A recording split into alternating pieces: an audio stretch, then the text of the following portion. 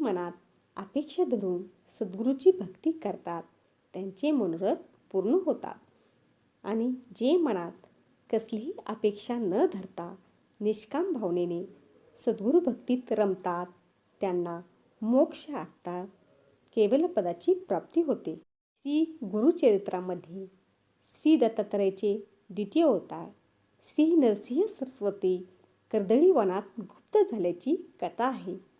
हेच पुढे लोकोद्धार करण्यासाठी श्री स्वामी समर्थ यांच्या रूपाने अक्कलकोटी स्थिर झाले अशी धारणा आहे.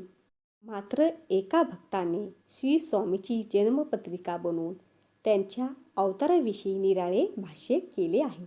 याविषयीचे तर्कवितर्क काही असो, मात्र श्री स्वामी हे सर्वसामान्य जनाच्या उद्धारासाठी मानदेह धारण करून अक्कलकोट येथे अवतरले हेच सत्य आहे. याविषयीचा एक प्रसंग असा घडला की राचाप्पा मोदी ह्या भक्ताच्या घरी श्री स्वामी बसले असताना कुणी कलकत्याचा साहेब दर्शनाच्या हेतूने त्यांच्यापाशी गेला आणि आपण कोठून आला असे श्री स्वामींना कुतूहलपूर्वक विचारू लागला.